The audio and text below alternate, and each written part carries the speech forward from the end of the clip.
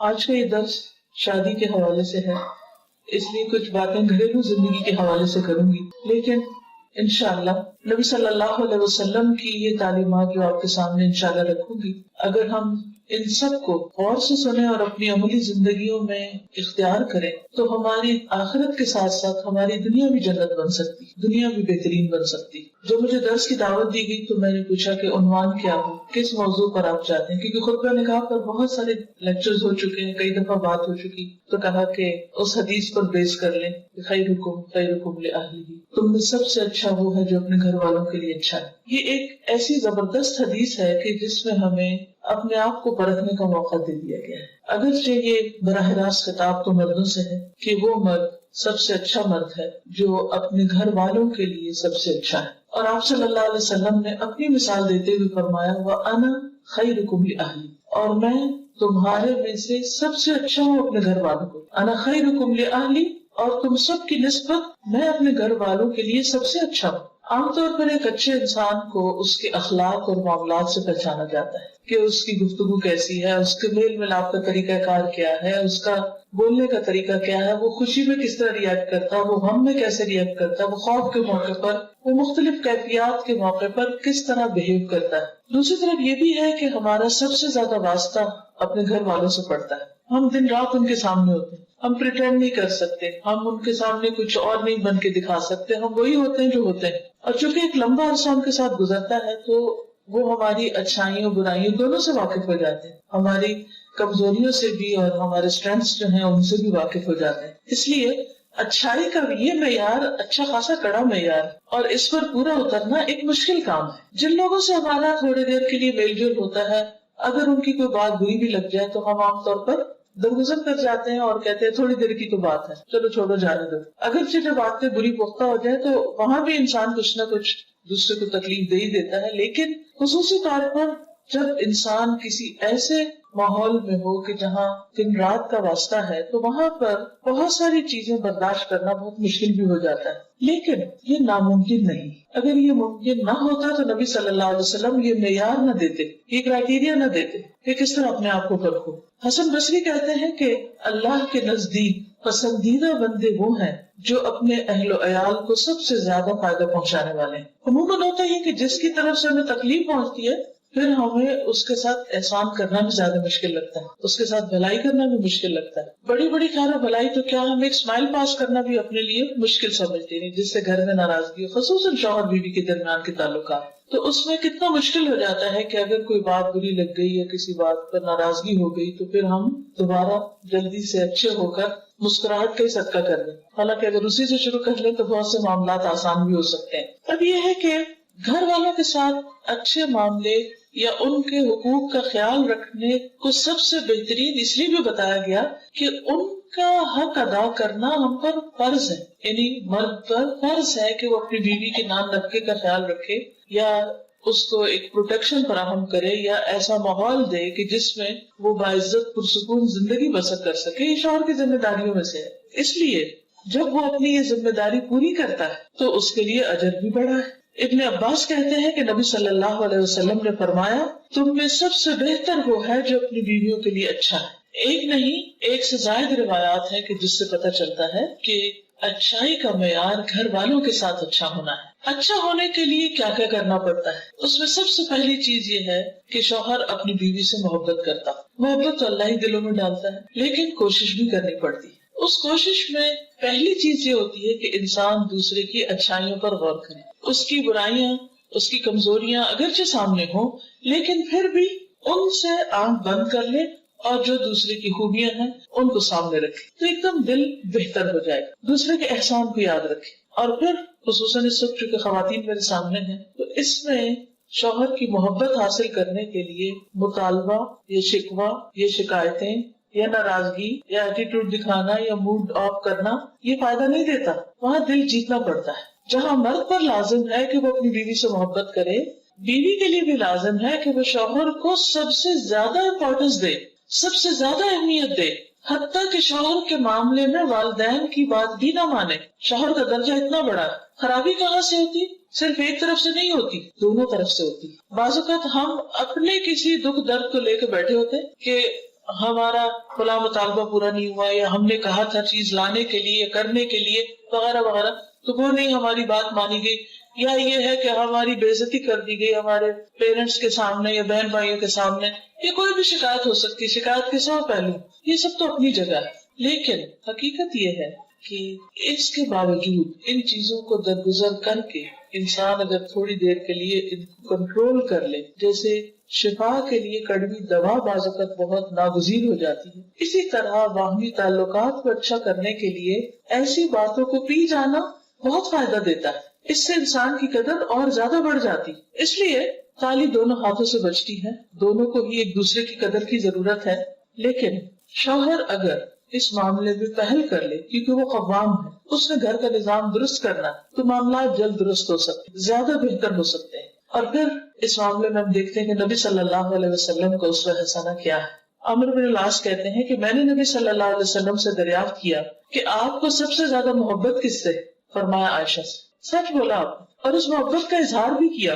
تو انہوں نے پھر پوچھا اچھا مردوں میں سے کس سے؟ تو آپ نے فرمایا اس کے والد سے. اس کے بعد انہوں نے مزید بھی پوچھا، تو آخر میں وہ کہتے ہیں کہ اس سے اچھا تھا میں یہ سوال نہ ہی کرتا، کیونکہ آپ صلی اللہ علیہ وسلم نے تو اس معاملے میں بالکل جو درست بات تھی، جو اپنی درست فیلنگ تھی وہ بتائی. اچھا بعض اوقات ہم سب یہی کرتے ہیں کہ اگر کسی سے محبت ہو بھی تو ہم اس کو ظاہر نہیں کرتے یا اس کو بتاتے نہیں یا اس تک کنوے نہیں کرتے، جس کے نتیجے میں دوسرا شخص ساری زندگی بعض اوقات غلط فہمی کا شکار رہتا ہے. کچھ لوگوں پر یہ بہت بھاری ہوتا ہے کہ وہ اپنی زبان سے یا قلم سے یہ کہہ دیں کہ میں آپ سے محبت کرتا ہوں، حالانکہ اس میں کیا جاتا ہے. لیکن شاید اس وجہ سے بھی نہیں کہہ پاتے کہ ہوتی نہیں یا وہ آتی جاتی ہے. لیکن اس میں انسان کو ایکسپریسو ہونا بہت ضروری ہے، اور اپنے ایسے جذبات کا اظہار اگر انسان پبلکلی بھی کر دے تو کوئی حرج نہیں ہوتا، کیونکہ نبی صلی اللہ علیہ وسلم نے سب کے سامنے یہ بات فرمائی.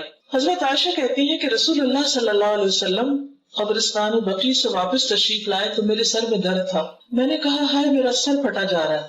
آپ نے فرمایا تمہارا نہیں بلکہ میرا سر پھٹا جا رہا ہے. پھر فرمایا عائشہ اگر تم مجھ سے پہلے فوت ہو گئی تو تمہیں کوئی نقصان نہ ہوگا، تمہارے سارے کام میں خود کروں گا، تمہیں غسل دوں گا، تمہیں کفن پہناؤں گا، تمہاری نماز جنازہ پڑھاؤں گا اور تمہیں خود دفن کروں گا. اب شدید درد تھا آپ کو، اور آپ کو معلوم ہے کہ نبی صلی اللہ علیہ وسلم کا درد دوسرے انسانوں کے مقابلے میں دگنا ہوتا تھا. اس درد کے عالم میں، اس تکلیف کے عالم میں، جبکہ حضرت عائشہ کو بھی تکلیف ہے، آپ کیا فرماتے ہیں؟ اپنے کیئر اینڈ کنسرن شو کرتے ہیں. کیونکہ جب انسان بیمار ہوتا ہے نا تو موت بہت یاد آتی ہے، اور آپ بقیع سے واپس آ رہے تھے، قبرستان سے واپس آ رہے تھے، تو اس موقع پر حضرت عائشہ کو کس قدر تسلی دیتے کہ میں صرف دنیا میں نہیں بلکہ تمہارے فوت ہونے کے بعد بھی تمہارے سارے کام کروں گا اور خود کروں گا. یہ جملہ کتنا بہترین جملہ ہے. ہم لوگوں کے یہاں عام طور پر موت کا ذکر کرنا برا سمجھا جاتا ہے، اور اگر کوئی شوہر ان الفاظ میں محبت کا اظہار کر دے تو وہ بیوی الٹا لے گی اور کہے کہ اچھا تو میرے مرنے کے انتظار میں. بہرحال یہاں بھی آپ دیکھیے کہ الفاظ سے اظہار ہے، اور بعض اوقات صرف محبت نہیں بلکہ کیئر، کنسرن، خصوصاً اگر کوئی بیمار ہو، اگر شوہر بیمار ہو یا بیوی بیمار ہو یا تکلیف میں ہو. عام حالات میں تو ٹھیک ہے، ہر کوئی اچھی بات کر سکتا ہے، لیکن بیماری کی حالت میں، دکھ درد کی حالت میں اچھے الفاظ منہ سے نکالنا اور مشکل ہو جاتا ہے. حضرت عائشہ فرماتی ہے کہ میں حیض کی حالت میں پانی پیتی اور برتن نبی صلی اللہ علیہ وسلم کو دے دیتی، یعنی گلاس جس میں بھی پانی پیتی. آپ اسی جگہ سے منہ رکھ کر پانی پیتے جہاں سے میں نے منہ رکھ کر پانی پیا ہوتا تھا. یہ بھی محبت کے اظہار کا ایک طریقہ ہے. میں ہڈی سے گوشت کھا کر نبی صلی اللہ علیہ وسلم کو دے دیتی، یہ گوشت میں کھا لیتی، ہڈی آپ کو دے دیتی. آپ اسی جگہ سے کھاتے جہاں سے میں نے کھایا ہوتا تھا. یہ محبت کے چھوٹے چھوٹے انداز ہیں، جسچرز ہیں کہ جس سے باہم ایک بانڈنگ سمجھ میں آتی ہے، نظر آتی. پھر محبت میں یہ نہیں کہ کبھی کبھار انسان چند ڈائلاگ بول دے، بلکہ دوسرے کو کیئر کنسرن کے علاوہ ٹائم بھی دے.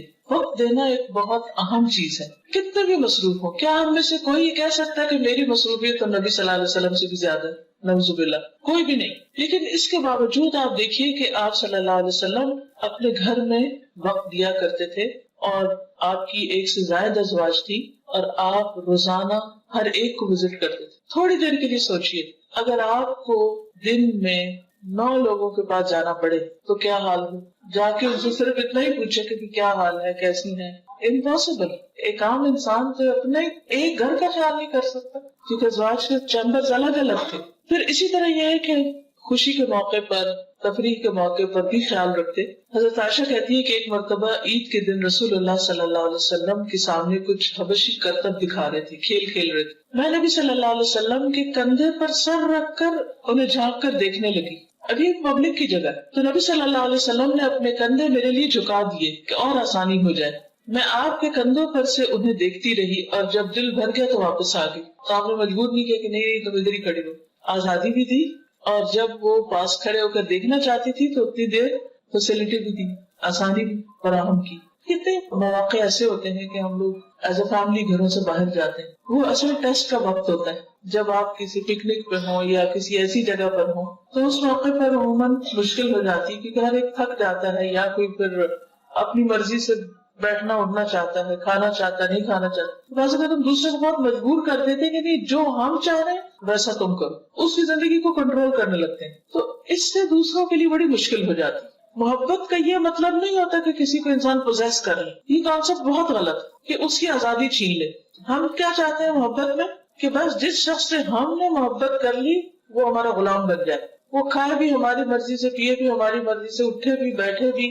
ہمیں اگر ٹی وی دیکھنا تو وہ لازمی ٹی وی دیکھے، اور اگر وہ ٹی وی دیکھنے میں ساتھ نہیں دے رہا تو پھر اس کو ہم سے محبت ہی نہیں. عام طور پر مردوں کو یہی شکایت ہوتی ہے نا بیویوں سے. ان کو اخبار کا شوق ہوتا ہے، ٹی وی کا شوق ہوتا ہے، خبروں کا ہوتا ہے، دنیا بھر کی سیاست کا ہوتا ہے. عورتوں کے ان موضوعات سے عام طور پر دلچسپی نہیں ہوتی. تو پھر وہ بعض اوقات یہ ہوتا ہے کہ وہ کہتے ہیں کہ جی کوئی کمپیٹیبلٹی نہیں، بیوی کو کچھ سمجھ نہیں. تو اس میں مردوں کو عورتوں کی ذات یا ان کی مزاج یا ان کے خیالات یا ان کی دلچسپیوں کا لحاظ رکھنا چاہیے، جس طرح یہاں ہم دیکھتے ہیں کہ نبی صلی اللہ علیہ وسلم کہتے ہیں. پھر اسی طرح حضرت عائشہ کہتی ہے کہ میں گڑیوں کے ساتھ کھیلتی تھی، میری سہیلیاں بھی آ جاتی اور میرے ساتھ کھیل کود میں شریک ہو جاتی، اور جو ہی وہ رسول اللہ صلی اللہ علیہ وسلم کو آتے دیکھتی تو چھپ جاتی. آپ انہیں پھر میرے پاس بھیج دیتے کہ وہ میرے ساتھ کھیلنے لگتی. اور آپ دیکھیے کہ کس قدر خیال رکھا جا رہا ہے بیوی کے شوق کا. کیونکہ حضرت عائشہ کم عمر تھی، اگرچہ وہ میچور بھی تھی، بہت سمجھدار تھی، بہت ذہین تھی، بہت سی باتیں بہت بچپن میں سیکھ گئی تھی، لیکن اس کے باوجود ابھی وہ بچی ہی تھی. آپ نے دیکھا ہوگا نا کئی بچے بہت چھوٹی عمر میں قرآن حفظ کر لیتے ہیں اور بہت سمجھدار اور میچور ہو جاتے ہیں، لیکن وہ اپنا کام بھی کرتے ہیں اور پھر تھوڑی دیر کے بعد کھیل کود میں بھی لگ جاتے ہیں. تو ہم ان سے کیا ایکسپیکٹ کرتے ہیں کہ بس اب یہ ہر چیز بڑوں کی طرح بہیو کرے. نہیں، ضروری نہیں ہوتا، کیونکہ ہر ایج کے کچھ تقاضے ہوتے ہیں، کچھ پسند اور ناپسند ہوتی، کچھ انسانی ضروریات ہوتی. نبی صلی اللہ علیہ وسلم سے بڑھ کر کون حکمت والا تھا اور کون نفس شناس تھا اور کون انسانوں کی ضروریات کا خیال رکھنے والا تھا، اور وہ اپنے گھر میں کیسے نہ رکھتے. ظاہر شوہر باہر سے آتا تو وہ کیا چاہتا ہے کہ بیوی اس کو توجہ دے، بیوی اس میں دلچسپی لے. لیکن آپ آ کر بیوی کی دلچسپی کو دیکھ رہے ہیں، اس وقت وہ کھیل رہی، اس کی دوستیں پاس ہیں تو وہ ان کو پاس ہونا چاہیے. اس سے ایک یہ بھی پتہ چلتا ہے کہ ایک عورت کو عام طور پر اپنی سہیلیوں میں، اپنی کلاس میٹس کے ساتھ، اپنی ہم عمر لڑکیوں کے ساتھ بات چیت گفتگو میں زیادہ مزہ آتا ہے بعض اوقات، یا وہ کہیں جانا چاہتی ہے یا کوئی سہیلی آنا چاہتی ہے. تو بہت دفعہ شادی کے بعد گھروں میں لڑائی جھگڑے اس لیے ہو جاتے ہیں کہ شوہر ان کو کہیں جانے نہیں دیتے، کسی سے بات نہیں کرنے دیتے. اتفاق سے آج ہی ایک خاتون میرے پاس آئی ہوئی تھی تو کہنے لگی کہ میرے میاں شادی کے بعد 2 سال تک وہ نہ مجھے کہیں جانے دیتے، نہ فون پہ کسی سے بات کرنے دیتے. تو مجھے لگتا کہ میں تو پاگل ہو جاؤں گی، یعنی کہ کسی فیمیل فرینڈ کو بھی نہیں آنے دیتے. بعض اوقات ایسا بھی ہوتا ہے کہ خصوصاً اگر بچیاں باہر کے ملک میں شادی ہو کر جائیں، وہ بھی باہر سے ہی آئی ہوئی تھی، وہاں نہ رشتے دار ہوتے ہیں نہ کوئی اور جان پہچان کے لوگ، ساتھ آس پاس بھی نان مسلمز بعض اوقات نیبرہڈ میں ہوتے ہیں، ان کے کلچر میں بہت فرق ہوتا ہے، ان سے ملنا جلنا مشکل ہوتا ہے.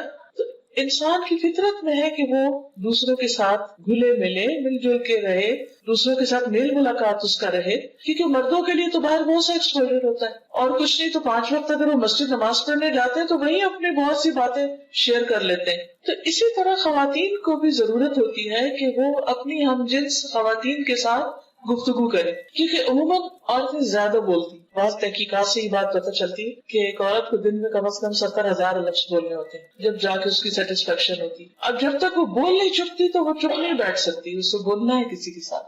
مرد عموماً خاموش طبع ہوتے ہیں، ایکسیپشنل کیسز الگ ہیں. اب جب مرد گھر میں آتے ہیں تو وہ تو بولتے نہیں ہیں، اب وہ سارے دن کے انتظار میں بیٹھی، شوہر گھر ہے، شوہر آئے گا، کھانا کھائے گا، وہ اخبار اٹھائے گا، سو جائے گا، اس کو تو اتنی باتیں نہیں آتی. اور اگر وہ باہر کی شیئر بھی کرے گا تو وہ بیوی کی دلچسپی کی نہیں. تو یہ عورت کی ایک بہت فطری ضرورت ہے کہ وہ اپنی جیسی، اپنی پسند کی، اپنے مزاج کی سہیلیوں کے ساتھ بات چیت کرے، کیونکہ وہ کپڑے کی بھی کرے گی، زیور کی بھی کرے گی، ریسیپی شیئر کرے گی، وہ بچوں کے مختلف مسئلے مسائل بھی ڈسکس کرے گی، اور اس سے اس کی مینٹل گروتھ ہوتی ہے، میچورٹی ہوتی ہے، اس کے کام کی نوعیت کے اعتبار سے اس کی یہ ضرورت ہوتی ہے. تو جو شوہر اپنی بیویوں کو ہر طرف سے بند کر لیتے ہیں، اپنے ہی کنٹرول میں رکھتے ہیں، حتیٰ کہ بعض اوقات ماں باپ سے بھی نہیں ملنے دیتے، یہاں تک بھی ظلم دیکھا گیا ہے، خاص روک دیا جاتا ہے کہ نہیں ماں باپ سے بھی نہیں ملنا. تو اب کیا ہوتا ہے، بیوی کا نروس بریک ڈاؤن ہوتا ہے، اس کو فٹس پڑنے لگتے ہیں، وہ بیمار ہونے لگتی ہے، وہ ڈپریشن میں آنے لگتی ہے، اور اس سے اور معاملات خراب ہوتے ہیں. اس لیے ہر معاملے میں اعتدال ضروری ہے. اور کوئی بھی خاتون کسی خاتون سے صرف شوہر کی یا سسرال کی برائیاں کرنے کے لیے دوستی کر لے، کیونکہ وہاں تو یہی ہوتا ہے نا کہ اٹھایا فون اور کہا آج ساس نے یہ کیا، فلاں نے یہ کیا، فلاں نے یہ کیا. یہ بھی انتہائی غلط ہے، یہ رویہ بھی سخت ناپسندیدہ ہے. تو دونوں ہی طرف سے اعتدال ضروری ہے. پھر اسی طرح نبی صلی اللہ علیہ وسلم اس حد تک خیال رکھتے تھے کہ کبھی کبھار دوڑ بھی لگاتے تھے حضرت عائشہ کے ساتھ. حضرت عائشہ کہتی ہے کہ وہ ایک سفر میں نبی صلی اللہ علیہ وسلم کے ساتھ تھی، میں نے آپ کے ساتھ پیدل دوڑ لگائی اور میں جیت گئی. پھر میرا جسم بھاری ہو گیا کچھ، میں نے آپ کے ساتھ پھر دوڑ لگائی، اس مرتبہ آپ جیت گئے. تو آپ نے فرمایا آج کی یہ جیت پچھلی ہار کا بدلہ ہے، یعنی میں نے بدلہ لے لیا. مذاق میں کہا. تو اب آپ دیکھیے کہ آج کے دور میں کوئی بھی مذہبی شخص یا دیندار شخص، اس سے یہ توقع نہیں کی جا سکتی کہ وہ اپنی بیوی کے ساتھ کہیں دوڑ لگائے یا کسی کھیل میں شریک ہو یا اس کو کھیل دکھائے. عموماً جب ہم دین کی طرف آتے ہیں تو ہم یہ سمجھتے ہیں کہ شاید دین صرف نماز روزے کا نام ہے اور یہ جو دنیا کے معاملات ہیں یہ شاید اس کا حصہ نہیں. حالانکہ اگر ان کو بھی حدود کے اندر رہ کے کیا جائے تو یہ بھی عبادت ہے، کیونکہ نبی صلی اللہ علیہ وسلم کی سنت کی پیروی میں ہوں گے نا. پھر اسی طرح یہ ہے کہ نبی صلی اللہ علیہ وسلم حضرت عائشہ کے آرام کا بہت خیال رکھتے تھے، کیونکہ عموماً جھگڑے، فساد، لڑائیاں چھوٹی چھوٹی باتوں پر ہوتے. اگر آپ کسی سے پوچھیں نا کہ میاں سے لڑائی تو کس بات پر ہوئی، جب میرے پاس کوئی اس طرح کا معاملہ لے کر تو میں کہتی تھی کیا مسئلہ کیا تھا، اور آپ یقین کریے کہ 90% چھوٹی سی کوئی بات ہوتی ہے جس سے کوئی معاملہ خراب ہو جاتا ہے. مثلاً اگر بیوی سو رہی ہے اور شوہر نے دھڑ سے دروازہ بند کر دیا تو وہ اٹھتے ہی سو غصے میں بولنا شروع کر دے گی، وہ غصے میں بولے گا، نیند خراب ہوگی، اٹھ کے ایک طرف چلا جائے گا، وہ دوسری طرف. تو یہ چھوٹے چھوٹے لڑائی جھگڑے جو ہیں یہ گھر کے ماحول کو خراب کر دیتے ہیں. حضرت عائشہ کہتی ہیں کہ نبی صلی اللہ علیہ وسلم میرے پاس میری باری کی رات میں تھے، آپ نے کروٹ لی اور اپنی چادر اوڑھ لی اور جوتے اتارے اور ان کو اپنے پاؤں کے پاس رکھ دیا اور اپنی چادر کا کنارہ اپنے بستر پر بچھایا اور لیٹ گئے، اور آپ اتنی ہی دیر ٹھہرے کہ آپ نے گمان کر لیا کہ میں سو چکی ہوں. آپ نے آہستہ سے اپنی چادر لی اور آہستہ سے جوتا پہنا، آہستہ سے دروازہ کھولا اور باہر نکلے، پھر دروازے کو آہستہ سے بند کیا. یعنی ہر چیز آہستہ سے، جوتے آہستہ سے اتارے، جوتے آہستہ سے پہنے، دروازہ آہستہ کھولا، دروازہ آہستہ بند کیا، آہستہ سے باہر نکلی. کتنے شوہر اور بیوی ہیں جو سوتے ہوئے ایک دوسرے کے لیے اتنے کیئرنگ ہو کہ دوسرا شخص سو رہا ہے تو مجھے اس کو ڈسٹرب نہیں کرنا. کچھ لوگوں کو نیند بڑی مشکل آتی ہے، کچھ کو نیند ایک دفعہ کھل جائے تو ان کو دوبارہ نیند نہیں آتی، کئی طرح کے نفسیاتی مسائل ہوتے ہیں. تو ایسی صورت میں دوسرے کا لحاظ رکھنا اور دوسرے کو اپنی ذات سے تکلیف نہ دینا، یہی گھریلو زندگی میں خوشحالی کا راز ہے. پھر اسی طرح آپ دوسرے کو بھی اس بات کی تلقین کرتے تھے کہ عورتوں کے ساتھ نرمی کا سلوک کیا جائے. حضرت انس کہتے ہیں کہ نبی صلی اللہ علیہ وسلم اپنی ازواج مطہرات کے پاس تشریف لائے. اونٹ ہانکنے والا اونٹوں کو تیز ہانک رہا تھا، جیسے کوئی ڈرائیور تیز ڈرائیو کر رہا ہو، جھٹکے لگ رہے ہیں اور دھکے پڑ رہے ہیں. اس کا نام انجشہ تھا. آپ نے فرمایا اے انجشہ تیری خرابی ہو، تم اونٹوں کو آہستہ آہستہ چلاؤ، نازک آبگینے سوار ہیں.